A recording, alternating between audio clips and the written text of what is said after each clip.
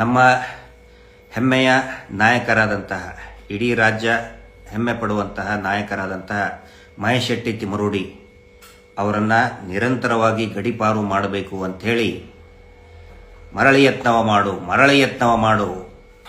ಯತ್ನವ ಮಾಡಿ ಅತ್ಯಾಚಾರಿಗಳನ್ನು ರಕ್ಷಣೆ ಮಾಡಬೇಕು, ಧರ್ಮಸ್ಥಳದ ಕೊಲೆಗಡಕರನ್ನ ರಕ್ಷಣೆ ಮಾಡಬೇಕು ಅಂಥೇಳಿ 3ನೇ ಸಾರಿ ಗಡೀಪಾರು ಆದೇಶವನ್ನು ಮಾಡಿದ್ರು ದಕ್ಷಿಣ ಕನ್ನಡದ ಜಿಲ್ಲಾಡಳಿತ. ಆದರೆ ಇವತ್ತು ಒನ್ಸ್ ಅಗೇನ್ ಕರ್ನಾಟಕದ ಮಾನ್ಯ ಉಚ್ಚ ನ್ಯಾಯಾಲಯ, ಕರ್ನಾಟಕದ ಹಾನರೇಬಲ್ ಹೈಕೋರ್ಟ್ ಗಡೀಪಾರು ಆದೇಶವನ್ನು ರದ್ದುಪಡಿಸಿದೆ, ಸ್ಟೇ ಕೊಟ್ಟಿದೆ. ಅಂದರೆ ಮಹೇಶ್ ಶೆಟ್ಟಿ ತಿಮರೋಡಿ ಅವರನ್ನು ಗಡೀಪಾರು ಮಾಡುವ ಹಾಗಿಲ್ಲ. ಇದಕ್ಕಿಂತ ಒಳ್ಳೆ ಸುದ್ದಿ ಏನು ಬೇಕು? ಅಧಿಕಾರಿಗಳಿಗೆ ಇದಕ್ಕಿಂತ ನಾಚಿಗೇಡಿ ಸಂಗತಿ ಏನು ಬೇಕು? ಈ ಎಲ್ಲರಿಗೂ ಕೂಡ ಆಮಿಷ ಒಡ್ತಾ ಇರುವಂತಹ ಆ ನಕಲಿ ದೇವಮಾನವನ ಕುಟುಂಬಕ್ಕೆ, ಅವರ ತಮ್ಮನಿಗೆ, ಅವನ ಗ್ಯಾಂಗಿಗೆ, ಅವನ ಬೆಂಬಲಿಗರಿಗೆ ಇದಕ್ಕಿಂತ ದೊಡ್ಡ ಕಪಾಳ ಮೋಕ್ಷ ಏನು ಬೇಕು? ಮೊದಲನೇ ಸಾರಿ ಗಡೀಪಾರು ಹಾಕಿದಾಗಲೇ ಮಾನ್ಯ ಹೈಕೋರ್ಟ್ ಹೇಳಿತ್ತು, ಪ್ರೊಸೀಜರ್ ಪ್ರಕಾರ ನೀವು ಮಾಡಿಲ್ಲ, ನೀವು ಮಾಡೋದಾದರೆ ಆಸ್ ಪರ್ ಪ್ರೊಸೀಜರ್ ಮಾಡಿ. 20 ದಿನನೋ ಒಂದಿಷ್ಟು ಟೈಮ್ ಕೊಟ್ಟಿದ್ರು, ಮತ್ತೆ ಮಾಡಿದ್ರು ಗಡೀಪಾರು. ಏನು ಕಾರಣ? ಯಾವ ಕಾರಣನೇ ಇಲ್ಲ. ಅಲ್ಲಿಯ ಮಹಾನುಭಾವ DSP, ಈಗಿನವರಲ್ಲ, ಆವಾಗ ಬಂಟ್ವಾಳ DSP ಅವರಿದ್ರು. ಎಷ್ಟು ಅಸಂಬದ್ಧವಾದಂತಹ ಕಾರಣಗಳನ್ನು ಕೊಡ್ತಾರೆ ಅಂತ ಹೇಳಿದರೆ ಇಡೀ ಪೊಲೀಸ್ ಇಲಾಖೆ ನಾಚಿಕೆಯಿಂದ ತಲೆ ತಗ್ಗಿಸ್ಬೇಕು. ಹಿಂಗೆ ಅಂತಹ ಅಸಂಬದ್ಧ ಕಾರಣಗಳನ್ನು ಕೊಡ್ತಾರೆ.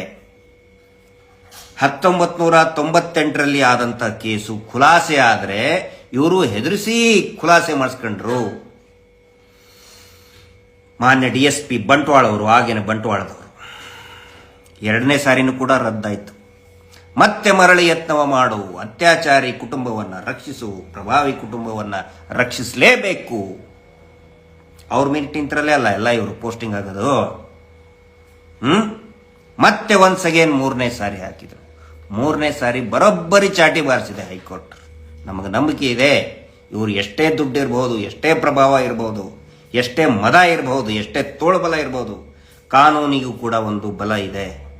ನಾವು ಯಾವತ್ತಿಗೂ ಕೂಡ ಮಹೇಶ್ ಶೆಟ್ಟಿ ತಿಮರೋಡಿ ಅವರು ಇಷ್ಟು 13-14 ವರ್ಷದಿಂದ ನಿರಂತರವಾಗಿ ಹೋರಾಟ ಮಾಡಿದ್ದಾರೆ.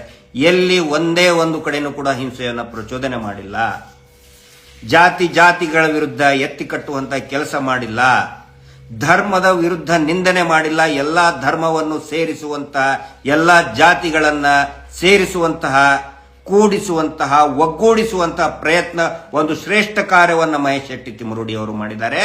ಅವರ ಬಗ್ಗೆ ಹೇಳ್ತಾರೆ ಈ ಮಹಾನುಭಾವ ಪೊಲೀಸರು, ಬೆಳ್ತಂಗಡಿ ಆಗಿನ ಬಂಟ್ವಾಳದ DSP ಅವರು. ಅವರ ಪ್ರಕಾರ ಮತ್ತೆ ಒನ್ಸ್ ಅಗೇನ್ ಬೆಳ್ತಂಗಡಿಯ ಇನ್ಸ್ಪೆಕ್ಟರ್ ಆದಂಥವರು ಧರ್ಮದ ವಿರುದ್ಧ ಮಾತಾಡಿದ್ರು. ಯಾವ ಧರ್ಮದ ವಿರುದ್ಧ ಮಾತಾಡಿದ್ದಾರೆ? ಸುಳ್ಳು ಬರೆದು ಬಿಡೋದು. ಈಗ ಮತ್ತೆ ಒಂದು 3-4 ದಿನದಿಂದ ಏನ್ ಮಾಡ್ತಾ ಇದ್ರು? ಇವರ ಅತ್ಯಾಚಾರಿಗಳ ಬೆಂಬಲಿಗರಿಂದಲೇ ಪತ್ರ ಬರೆಸ್ಕೊತಾ ಇದ್ರು, ಇಮೇಲ್ ಹಾಕಿಸ್ಕೊತಾ ಇದ್ರು. ಮಹೇಶ್ ಶೆಟ್ಟರಿಂದ ನಮಗೆ ಭಯ ಇದೆ, ಒಂದು ಮೇಲ್ ಮಾಡಿ ನಾವು ಕೋರ್ಟಿಗೆ ಕೊಡಬೇಕು ಅಂತ ಹೇಳಿ. ಎಂತ ನಾಲಾಯಕ ವ್ಯವಸ್ಥೆ ರೀ ಇದು, ಎಂತ ಹೊಲಸು ದರಿದ್ರ ವ್ಯವಸ್ಥೆ. ಆದರೂ ಕೂಡ thanks to MR advocate, senior advocate MR Balakrishna sir, ಬಹಳ ಅತ್ಯದ್ಭುತವಾಗಿ ವಾದವನ್ನು ಮಾಡಿ ಒಂದು ಬಹುದೊಡ್ಡ ಸಮಾಧಾನವನ್ನ, ಜಯವನ್ನ ನಮಗೆ ತಂದು ಕೊಟ್ಟಿದ್ದಾರೆ. ಯಾಕಂದ್ರೆ ಮಹೇಶ್ ಶೆಟ್ಟಿ ಅವರಿಗೆ ಜಯ ಸಿಕ್ಕರೆ ಇಡೀ ಹೋರಾಟಕ್ಕೆ ಸಿಕ್ಕಂತ ಜಯ. ಮಹೇಶ್ ಶೆಟ್ಟರು ನಿರಾಳರಾದರೆ ನಾವೆಲ್ಲರೂ ಕೂಡ ನಿರಾಳ. ಈಗೇನು ಉತ್ತರ ಕೊಡ್ತೀರಪ್ಪ? ಇದೆಲ್ಲ ಏನಂತ ಹೇಳಿದ್ರೆ ಮಾಧ್ಯಮಗಳ ಮುಂದೆ ತೋರಿಸೋದು. ನೋಡಿ ನಮ್ಮ ವಿರುದ್ಧ ಮಾತಾಡ್ಬಿಟ್ರು, ಗಡೀಪಾರಾದ್ರು. ನೋಡಿ ನಮ್ಮ ವಿರುದ್ಧ ಏನು ಪೂಜ್ಯರ ವಿರುದ್ಧ ಮಾತಾಡ್ಬಿಟ್ರು, ಗಡೀಪಾರು. ಪೂಜ್ಯರ ವಿರುದ್ಧ ಮಾತಾಡಿದ್ರೆ ಜೈಲು, ಪೂಜ್ಯರ ವಿರುದ್ಧ ಮಾತಾಡಿಬಿಟ್ರೆ ನೋಟಿಸು, ಕೇಸು, FIR. ಮೂಳೆ ಮಾಧ್ಯಮಗಳಿಗೆ ಹೇಳಿ ಹೇಳಿ ಹೇಳಿ ತಾವು ಮಾಡಿದ ಕೊಲೆ ಅತ್ಯಾಚಾರಗಳನ್ನ, ಕೊಳಕನ್ನ, ಪೂಜ್ಯರು ಅನ್ನುವಂಥ ಬಿಳಿ ಪರದೆಯನ್ನ ಹಾಸಿ ಅದರ ಮೇಲೆ ದೇವಸ್ಥಾನದ ಒಂದು ಮುದ್ರೆ ಒತ್ತಿ ನಾವು ಶುದ್ಧರಿದ್ರೆ ಇದೆಲ್ಲ ಹಲಕ ಕೆಲಸ ಯಾಕೆ ಮಾಡಬೇಕಾಗಿತ್ತು? ಪೊಲೀಸರು ಅರ್ಥ ಮಾಡ್ಕೋಬೇಕಿದನ್ನ. ನಿಮ್ಮ ಮರ್ಯಾದೆ ನೀವು ಹಾಳು ಮಾಡ್ಕೊಳ್ಬೇಡಿ. ನೀವು ಹೇಳ್ತಿರಲ್ಲ ಪೊಲೀಸರಿಗೆ ಇವರು ಬೈದಿದ್ದಾರೆ. ನಿನ್ನೆ ಅರೆ ಬಾಸ್ ಪೊಲೀಸರೇ, ಮಹೇಶ್ ಶೆಟ್ಟರ್ ವಿರುದ್ಧ ಶರ ಬರೆದಂತವರು ಪೊಲೀಸರಿಗೆ ಬೈತಾರೆ ಅಂತ ಹೇಳಿ ನಿನ್ನೆ ಸುಪ್ರೀಂ ಕೋರ್ಟ್ನಲ್ಲಿ ಏನು ವಾದ ಆಗಿದ್ದು ಕಣ್ಣಿದ್ಯಾ ನಿಮಗೆ? ಕಣ್ಣಿದ್ರೆ ಹಿಂಗೆ ತೆಗೆದು ನೋಡಿ ಸುಪ್ರೀಂ ಕೋರ್ಟ್ನಲ್ಲಿ ಏನು ವಾದ ಆಗಿದೆ. ಆರೋಪಿಗಳು ಯಾರು ಅಂತ ಎಲ್ರಿಗೂ ಗೊತ್ತಿದೆ ಎಕ್ಸೆಪ್ಟ್ ಪೊಲೀಸ್. ಸುಪ್ರೀಂ ಕೋರ್ಟ್ ಮಾನ್ಯತೆ, ಆ ವಾದಕ್ಕೆ ಮಾನ್ಯತೆ ಕೊಟ್ಟು ನೋಟಿಸ್ ಜಾರಿ ಮಾಡಿದರಿ. ಮಹೇಶ್ ಶೆಟ್ಟರ್ ಏನ್ ಹೇಳಿದ್ದಾರೆ? ಅವರು ಗ್ರಾಮ ಭಾಷೆಯಲ್ಲೇ ಮಾತಾಡ್ತಾರೆ, ಪಾಲಿಶ್ಡ್ ಆಗಿ ಮಾತಾಡಕ್ ಗೊತ್ತಿಲ್ಲ. ರೈತರವರು, ರೈತನ ಮಗ, ಸ್ವತಃ ಅವರು ಕೂಡ ರೈತರೇ. ಬೆಳಿಗ್ಗೆ 5 ಗಂಟೆಯಿಂದ ಸಾಯಂಕಾಲ ಕತ್ತಲಾಗುವವರೆಗೂ ಕೂಡ ತೋಟದಲ್ಲಿ ದುಡಿತಾ ಇರ್ತಾರೆ, ಗೊಬ್ಬರ ಹಾಕ್ತಾರೆ, ಕಳೆ ತೆಗಿತಾ ಇರ್ತಾರೆ, ಪಾಲನೆ ಪೋಷಣೆ ಮಾಡ್ತಾ ಇದ್ದಾರೆ ಅವರು ನೆಟ್ಟಂತಹ ಗಿಡ ಮರಗಳನ್ನ. ರಫ್ ಆಗಿ ಮಾತಾಡ್ತಾರೆ. ಹೌದು, ಮತ್ತೇನೆ ನೀವು ಮಾಡೋ ಕೆಲಸಕ್ಕೆ ಆರ್ತಿ ತಟ್ಟೆ ಎತ್ತಬೇಕಾ ನಿಮಗೆ? ಬರೀ ಸುಳ್ಳು ಕೇಸು, ನಮ್ಮೆಲ್ಲರ ಮೇಲೂ ಸುಳ್ಳು ಕೇಸು ಹಾಕ್ಬಿಡೋದು. ಹಂಗೆ ಯಾವನೋ ಒಬ್ಬನ ದಾಸ್ ಅಂತವನು ಯಾವನೋ ಕೊಟ್ಟಂತೆ, ಪೂಜ್ಯರಬ್ಬ ಇದನ್ನಂತ ಚೇಲ ಅಂತವನು ಅವನು ಕೊಟ್ಕೊಳ್ಳೆ ಸುಳ್ಳು FIR ಹಾಕ್ಬಿಡೋದು. ಹಂಗೆ ನಾಚಿಕೆ ಆಗಬೇಕು. ಶೇಮ್ ಆನ್ ಯುವರ್ ಪಾರ್ಟ್, ಬಡಿ ಶೇಮ್ ಆನ್ ಯು. ಉಗಿದಿದ್ದಾರೆ ನಿನ್ನೆ ಸುಪ್ರೀಂ ಕೋರ್ಟಲ್ಲಿ, ಹೈಕೋರ್ಟಲ್ಲಿ ಉಗಿತಾ ಇದ್ದಾರೆ. ನಿಮಗೆ ಇನ್ನೂ ಕೂಡ ನಾಚಿಕೆ ಬರ್ತಾ ಇಲ್ಲ ನಿಮಗೆ. ಗಡಿಪಾರ್ ಹಾಕ್ಬಿಡೋದು. ಗಡಿಪಾರ್ ಮಾಡ್ತೀರಾ ನೀವು? ಹಂಗಿದ್ರೆ ಕೋರ್ಟು ಹೇಳಿದರಿ. ಯಾವ ಅಲ್ಲಿ ಮತ್ತಿನ್ನ ಅವನು ಯಾರವನು ಸಂದೇಶ್ ಅಂತ ಹೇಳಿ ಕಂಪೌಂಡ್ ಹಾರದವನು ನಿರಂತರವಾಗಿ ಅತ್ಯಾಚಾರ ಮಾಡ್ತಾ ಇದ್ದ ಅಂತ ಹೇಳಿ ವರದಿ ಬರ್ತಾ ಇದೆ. ಮತ್ತು ವರದಿ ಮಾಡೋರಿಗೆ ಎಲ್ಲರೂ ಬೈತಾ ಇದ್ದಾರೆ, ನಾವು ಬೈತೀವಿ, ಟೀಕೆ ಮಾಡ್ತೀವಿ. ಗಡಿಪಾರ್ ಮಾಡ್ತೀರಾ? ಪೊಲೀಸರು ಬಂದ್ಬಿಟ್ರು ಅಂತ ಹೇಳಿ ಪೊಲೀಸರು ಒಳ್ಳೆ ಕೆಲಸ ಮಾಡಿದರೆ ಅವ್ರನ್ನ ಮೆರವಣಿಗೆ ಮಾಡಿದ್ದಾರೆ. ಈ ರಾಜ್ಯದ ಜನ ಸರಿಯಾಗಿ ತನಿಖೆ ಮಾಡಿದರೆ ನಿಮಗೆ ಹೂವಿನ ಹಾರ ಹಾಕಿ ಮೆರವಣಿಗೆ ಮಾಡ್ತಿದ್ರು. ಇಡೀ ಕರ್ನಾಟಕದಿಂದ ನಿಮಗೆ ನಾವು ಮರ್ಯಾದೆ ಕೊಟ್ಟು ಮೆರವಣಿಗೆ ಮಾಡ್ತಾ ಇದ್ವು. ಅದು ಬಿಟ್ಟು ವೆಜನಲ್ ಸ್ವಾಬ್ ಇಲ್ಲ, CC ಕ್ಯಾಮ್ರಾ ಇಲ್ಲ. 4 ದಿನದ ಸೌಜನ್ಯ ಪ್ರಕರಣದ 4 ದಿನ ಹಿಂದೆ ಅದೇ CC ಕ್ಯಾಮ್ರಾದ ಜಾಡು ಹಿಡಿದು ಆ ಪುಂಜಾಲಕಟ್ಟೆ ಒಂದು ಜ್ಯುವೆಲರಿ ಶಾಪ್ ಅಲ್ಲಿ ಕಳ್ಳತನ ಆಯ್ತು.